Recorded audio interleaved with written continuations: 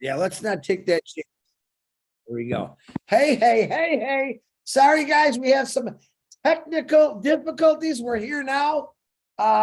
We're trying to save Russell. Russell's going to be our guest speaker today. And I asked Tammy with this. She'll be introducing to him. This is something different and new, and I'm blessed. Sit back and enjoy. And again, we apologize. We can't control technology when it doesn't work for us. So hopefully everything will go strong. Tammy, I'm now going to hand it over to you to introduce our special guest.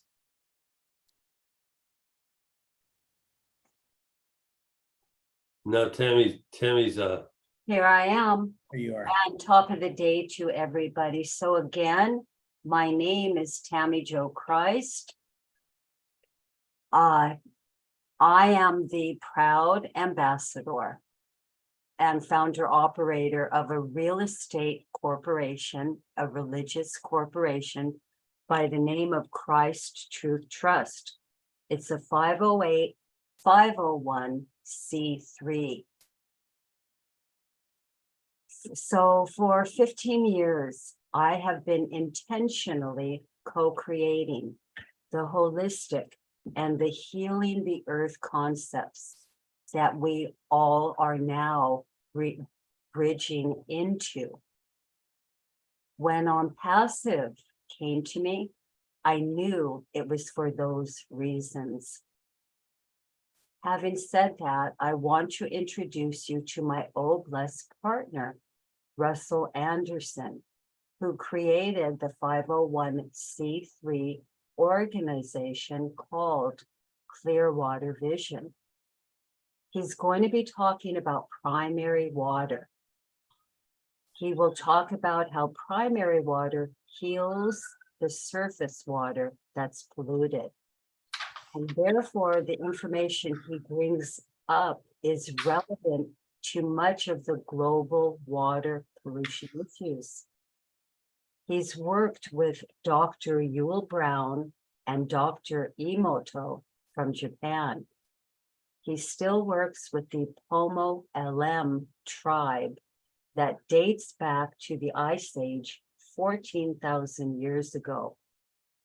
Now he's dedicating his life to studying the Ring of Fire, which tells the story about all of the rings of fire around the world.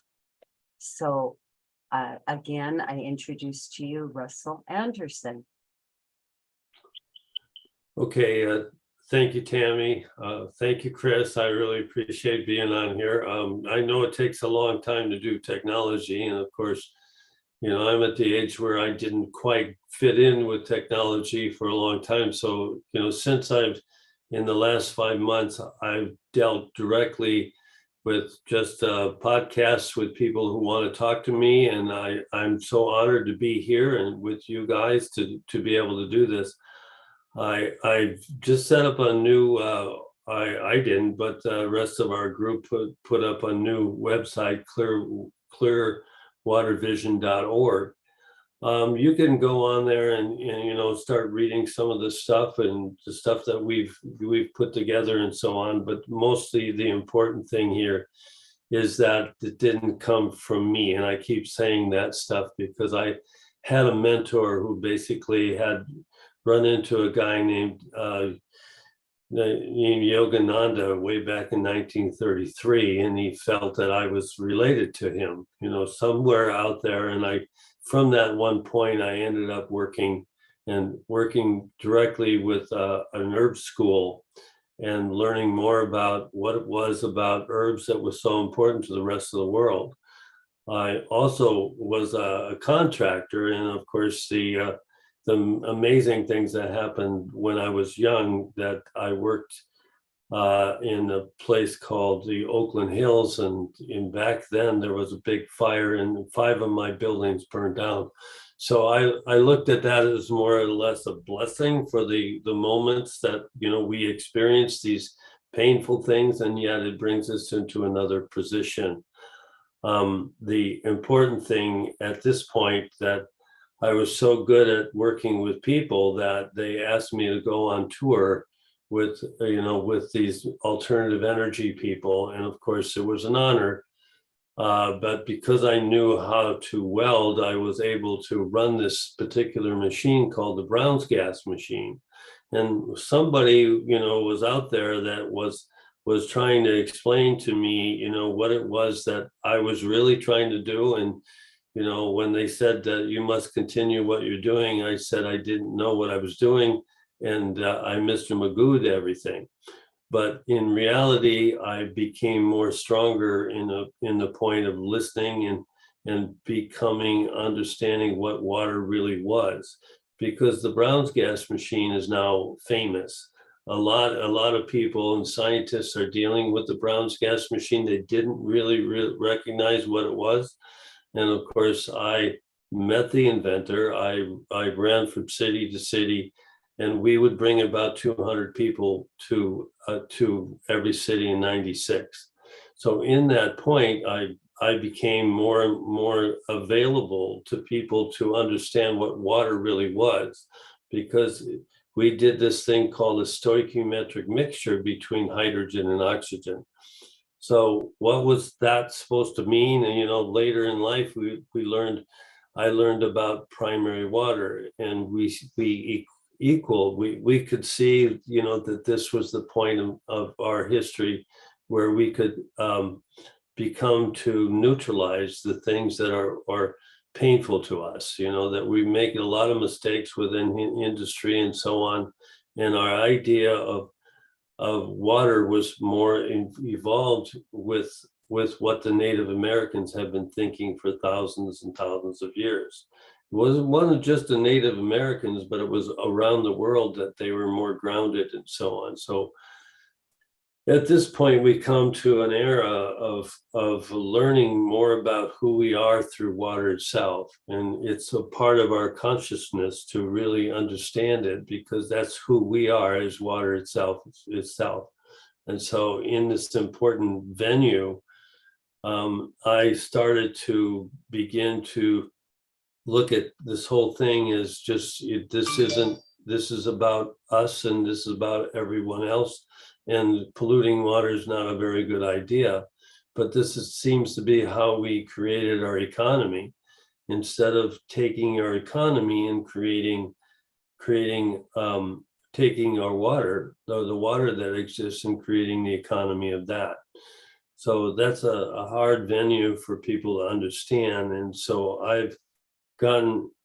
after I went on tour and we had a stadium of people in 1996, it became a miracle, because this mentor of mine would actually pray for me from city to city, and all these little miracles would happen. They continued to happen as we went on tour, and I had to call him halfway and say, listen, I'm out of money, everything's all fine. And all of a sudden I learned that I had money enough to make the rest of the tour.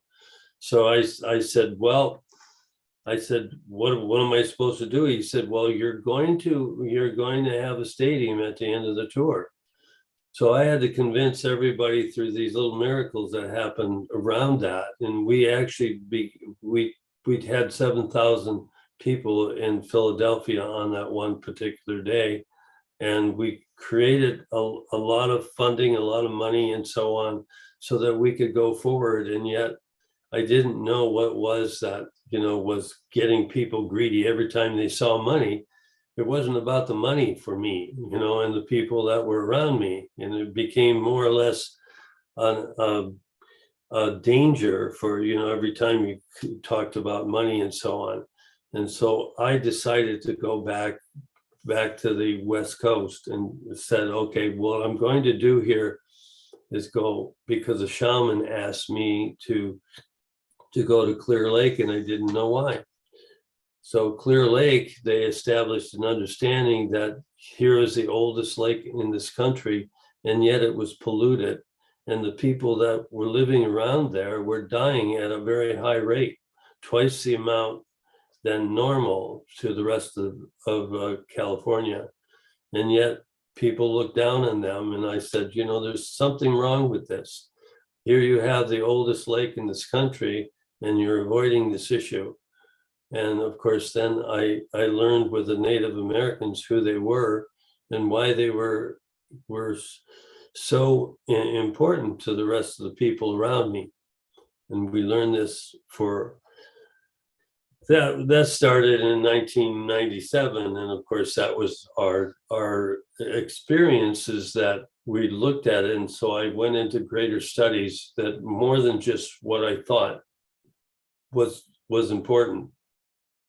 So here's a people who have a history back from the Ice Age, and the Ice Ages were important to understand if we wanted to understand where we came from and how we came there and what's in our hearts and who we are as human beings. We would learn more and more about what it is that how the earth is created and how it worked.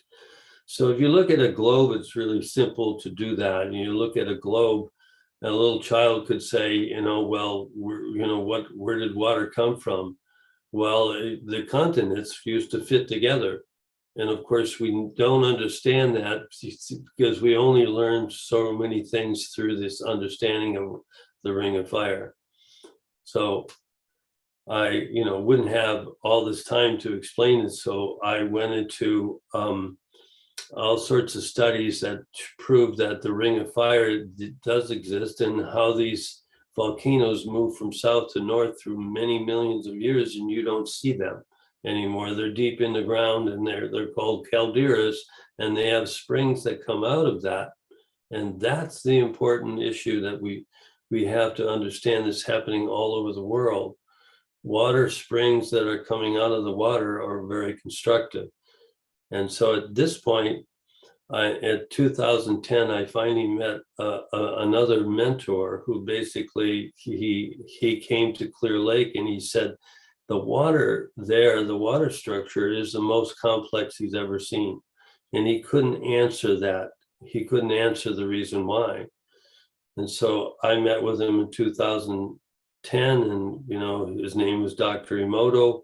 And he asked me, how did I know all this stuff? And I said, well, I knew another guy. His name was Hugh Brown. He discovered that water came from within the earth through his technology. And I go, well, and he goes and he looks at me and he says, well, I'm studying that. I'm doing all of that. And a year later, he passed away. So I am now connected to the Emoto Foundation on the other side of the Ring of Fire. In other words, we're talking about here's California on this side, and the Ring of Fire is on the other side. We've done all the studying of all of the Ring of Fire on the West Coast. And from that, we've learned more and more about what was the Ring of Fire many, many years ago. 100 million years ago, where we're talking about 25 million years ago with this particular Ring of Fire. And now we're associated with other rings of fire all around the world that have these springs or these calderas that come up and give us pure water. And with that, I decided to travel with the groups that knew how to drill these wells and so on. And they're finding this water basically all around the world, in Africa and Asia. And what would water do for any of these economies that people want to create? Well, it's the cause of all of the economy.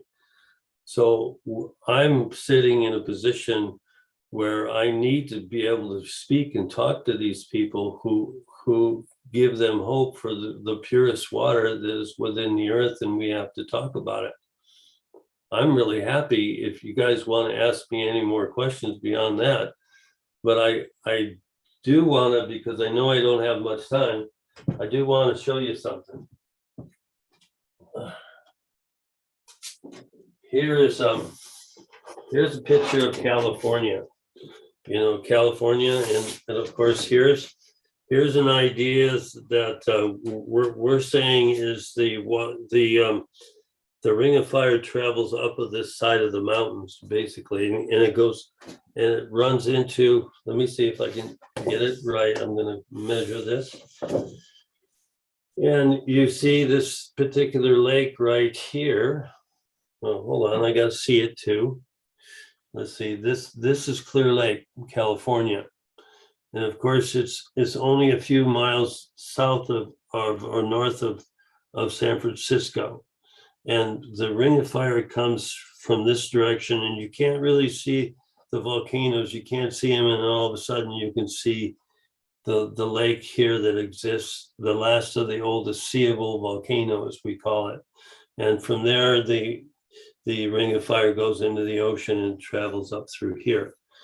So just by knowing that this movement of volcanoes, it opens up a door to ourselves and the society.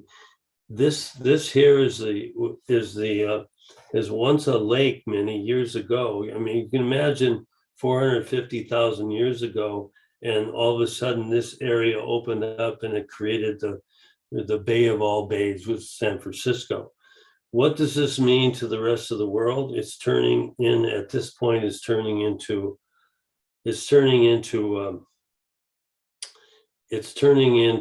a desert, basically, because of misuse of water, because we don't understand where water comes from. So we're basically desperate. We're entering into a phase where here is what we call the Tigris and Euphrates of the West.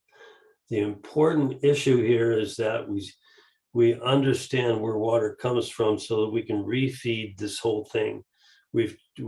I've had people that come into this area who douse their water and so on, and they know exactly where to go, in finding these calderas and so on, but they're blanked out, because majority of our population only believes in water that comes from the atmosphere, not the lower firmaments, as the Bible has said.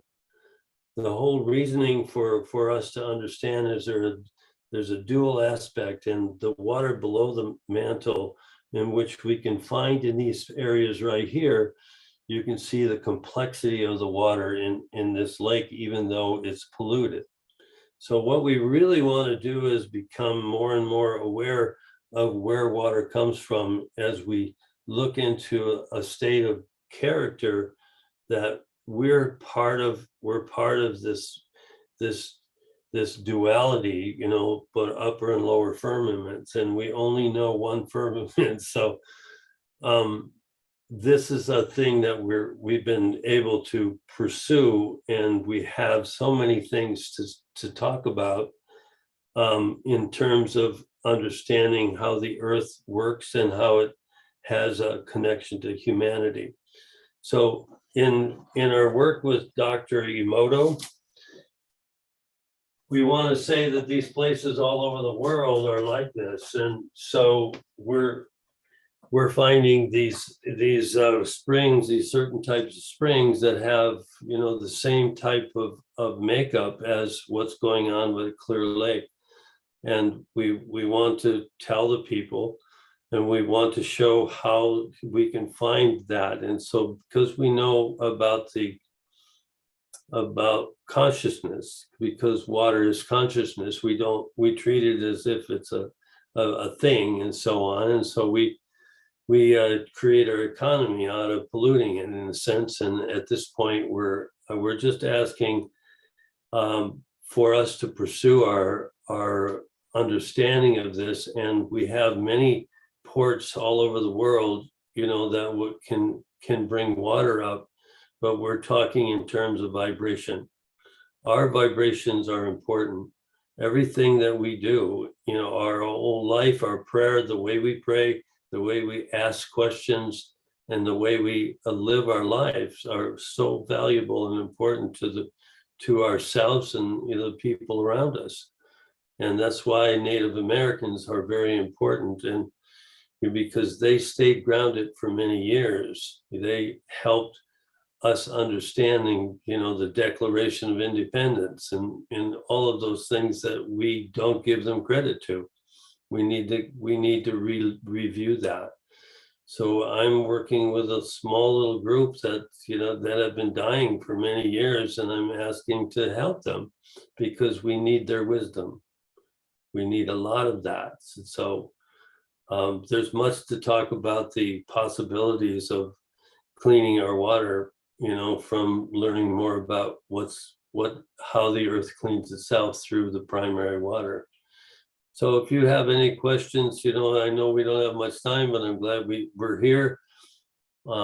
There's plenty of things that we can dialogue, and it's just so valuable in information. So I just wanted to say that. Thank you. Russell, number one, this is very interesting to me. A lot of people don't know, I love water, ocean, fresh. I know we do have an issue in that direction your way of lakes just depleting, disappearing, but I have a couple questions for you. Yeah. I'm gonna combine these two questions together. Where did you learn this and how long have you been doing this? Well, where I learned it is basically since 97, some 96, I learned most of it from Dr. Hugh Brown, and Dr. Hugh Brown basically had passed away. I mean, people get old, we all get old and so on. So we have to pass this over. I do know that how long have I been doing? I look back at my life, and I think everybody does look back at their own life. It doesn't matter how old they are, but they seem to be knowing this stuff consciously. They seem to be doing it anyway. I'm just telling a story, from one point, but I can go way back to my childhood and say, well, we can't pollute that water. And so, I think, the young people today understand what I'm saying. Yeah, it's a lifelong dream of yours. I was hoping you were gonna say, Chris, I found the fountain of youth. Yeah, I did.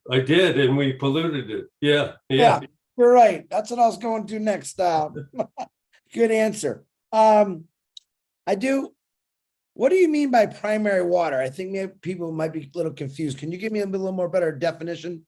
Yeah, we call it the lower firmaments is actually the primary water. And I mean, there's much to say about where it comes from, but I mean, if you study a volcano, and that's what we're doing, we learn more about how the water comes through the poles. And, I mean, it's going to be a long story to tell you that you're going to say that's a little crazy, but it comes through the poles in a different form, and it comes up through the earth, and it really creates through the rocks, and it is very pure and very healthy and so on. And basically that's the other firmament that's created in the Bible. And the whole purpose of this understanding is God put his spirit upon the water, is what we're really learning about what it is that is a stoichiometric mixture between hydrogen and oxygen. So primary water is basically this equality between male and female, just as we are. Once we learn, these understandings of the vortex and understanding about how the earth is created, we will learn more and more about who we are and how we need to treat each other kindly and become more one with the earth. I agree. We've kind of destroyed God's artwork as far as he had a perfect system, and because of economies and factories and things that we think we need, we've actually really hurt the system. Yeah. So I do have some questions coming in. I want to go through these first. You mentioned water is consciousness. What do you exactly mean by that? I think you kind of explained it, but I'd like to hear it again. Oh, I love that. If people ask me consciousness, because we are all consciousness, and we know that internally. It isn't an external thing that we have to talk about and so on. We just want to love each other. We're into Thanksgiving, we're into giving, we're into loving each other and so on. But this stoichiometric mixture is this combination between hydrogen and oxygen, or the family structure. That family structure is needed for everything and everybody. But water is alive. It's alive. And through working with Emoto, he was showing that hey, we can literally change ourselves with our own consciousness. We can change life with a consciousness. And if we look at primary water, it's just a baby. It's just it wants to love us. And so, I mean, it's hard for us to say that because we've been believing only water comes from the atmosphere for thousands of years. And it's time for us to realize where the origin of water comes from. And it's not just, this planet, it's all planets. We're finding out that these other planets have water at their poles and so on. And that's an obvious thing that we need to discover. And this is like, like a little child could understand, but grownups don't seem to understand yet. And so we're just trying to be humble about it. Very good answer.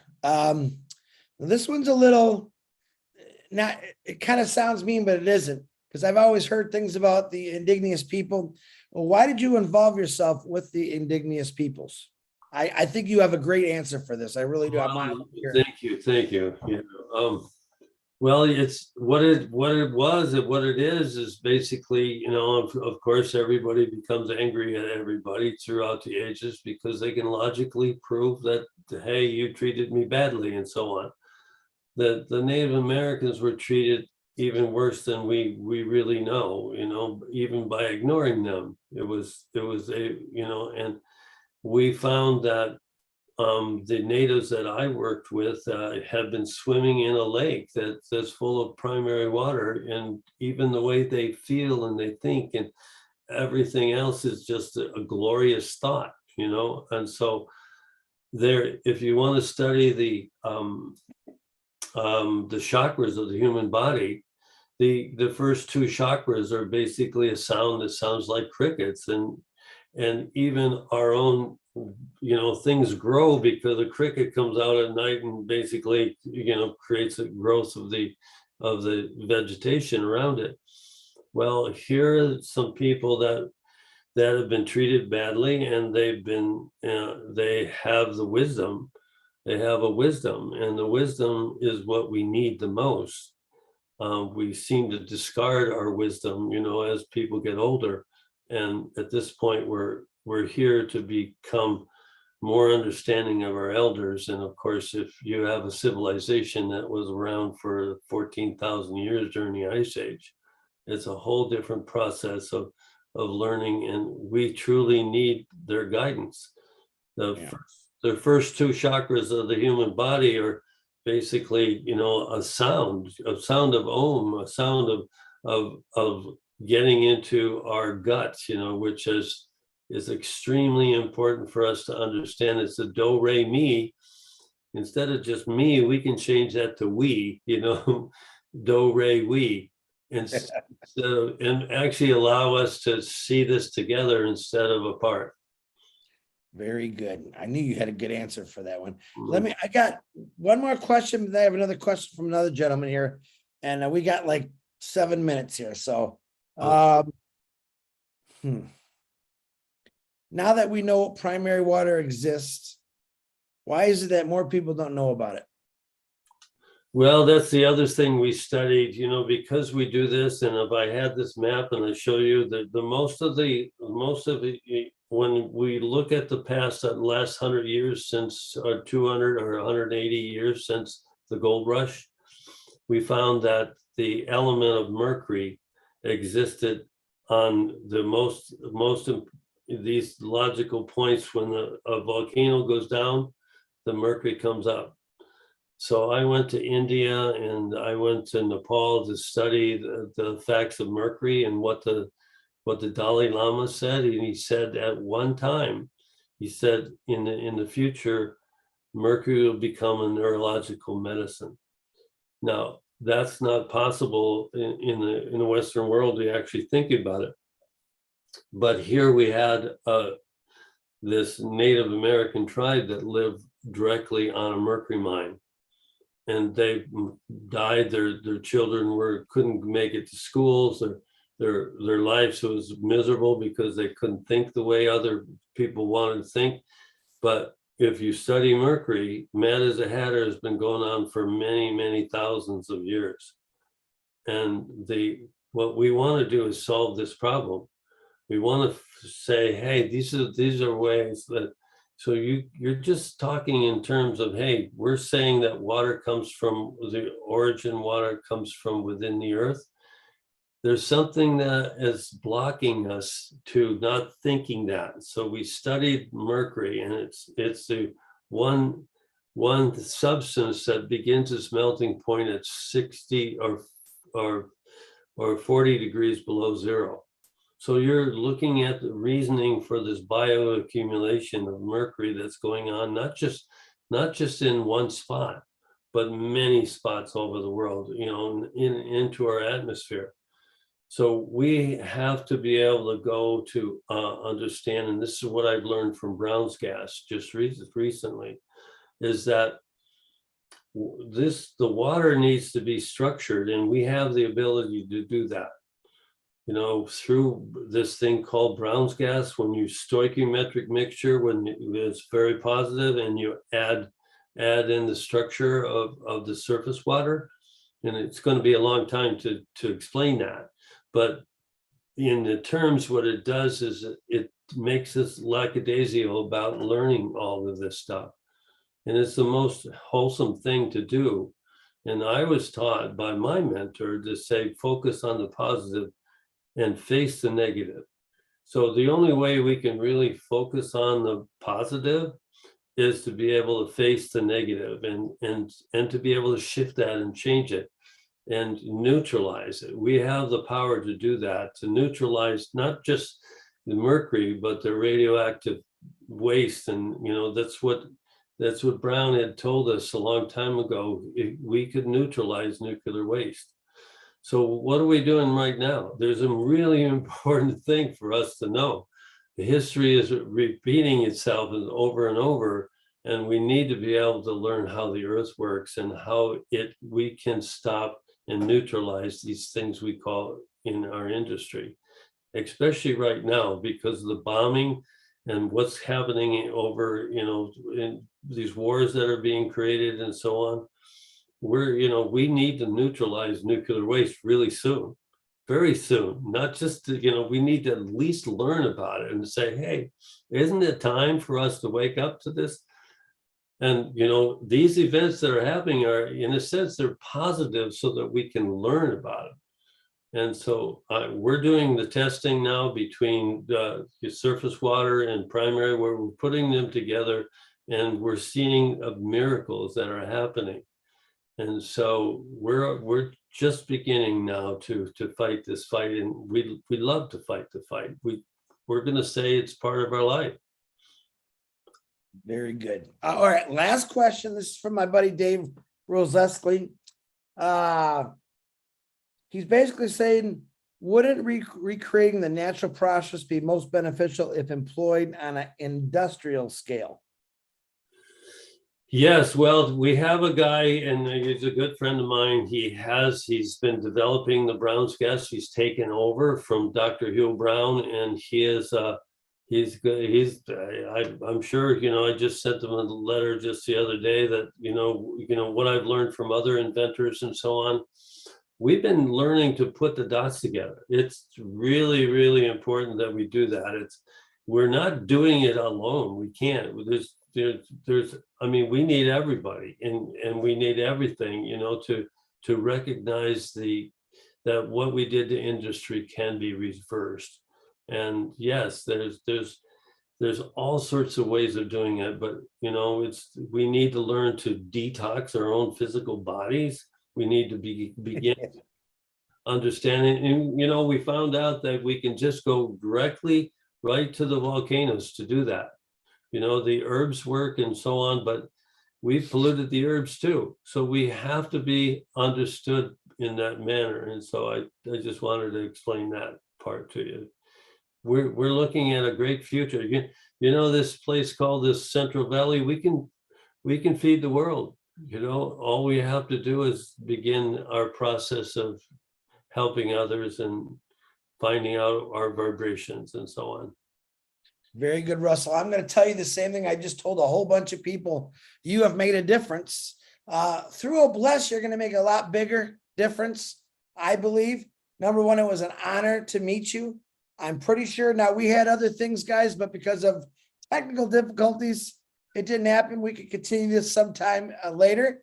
But we'll talk about this tomorrow at the, if you have questions and stuff, let's talk about it Tuesday at 8 o'clock with our feedback. I was very, very impressed by what you had to say, Russell. Tammy, thank you very much for in touching me with, but listen, I have Russell's email. If you want to contact Russell, thoughts, maybe very interested. I know got a lot of text here. And if with your permission, Russell, I can give them your email and they can email you. Of course, you know, take everything. You take my whole body, everything, my house. You're gonna have everything you got. I like your artwork you got back there. I was going to ask you about those pictures. What are those pictures? Yeah, those are Hindus and Jesus, a Christian. We all put it all together. Yeah. Wonderful. My mentor's part of that, I guess. So, you know, he's I very, like it. we need more people. We need to bring East and West together. Absolutely. We need to bring the world together, to be honest with you. But guys, if you want to know more or have some questions for, I'm going to call him the doctor, Mr. Russell Anderson, Yeah, thank you. send it to me and I will give you his email and he'll be able to answer all your questions. Maybe you can help out and we'll build this. I see Marty keeps popping on and off on here. Marty, you have something to say? No, I just want, when they're switching over, I want to see if they want to do it live or not. Okay. I'm going to end this here in a second. And is that what you're talking about? Marty? Ah. Russell. Is it this gonna go right into Julian? Yeah, but I'm gonna stop it. I told Julie I'd stop it 7 to 10 minutes early so she can get going on her next thing. Does she need a new, if you stop it, she has to make a new link. Oh, I guess I could keep it going then. Well, I can stop the video and the recording when you're done, then they can come in. Okay, that sounds good. I'm sure she's All listening. right. Thanks. All right, go ahead. Russell, once again, thank you very much. I'm getting a lot of texts right now asking for your email, which is a good thing. You're making a difference. And I Also, believe clearwatervision.org. You can use our website if you like, you know. there you guys go too. But if you call Tammy out and she can direct all that, you know. All right. Yeah. That sounds like a plan. Tammy, thank you for getting me involved with Russell. Russell, I look forward to working with you in the future with Obless. I love it because we need things like this. Education on things people don't even understand, which I love. You know, you just brought up some really good, you made a huge difference right here. You probably opened up a lot of minds that never thought about this, mine being one of them. And I love that. So I appreciate you, Russell. Thank you. God bless you. You and Tammy both. And I guarantee I'll be talking to you soon. I love it. Thank you. Thank you, brother. God bless. Thank you, Tammy. Tammy, you have any last words? Oh, love to you. Russ, you did a beautiful job considering that the presentation was cut very short. When you speak of the water and the primaries, I feel only love because it literally moves within us. And so there's so much love and I want to thank you for bringing us on. Beautiful, beautiful. All right, I'm going to text Julie right now. I think you guys are all set. I think Marty said he wants. There you go. Russell, once again, man, thank you. I even though it was short, you got it out. Very strong message because a lot of people are blowing up my phone. So you gave me some more work, Russell. Yeah, well, you know, it's a little bit at a time, but we had a lot of fun. We still had fun. Yeah, that's great. Hey, Chris. Yes, ma'am. Russ's website is shorthanded with the administration. So Okay. you told people to email you, you will email Russ. Really, if they emailed me, I might have been able to help intervene and feed it to him. Okay. Well, send me, I got both your emails. So anyone that's asking me, I'll send them your direction. Thank you, Chris.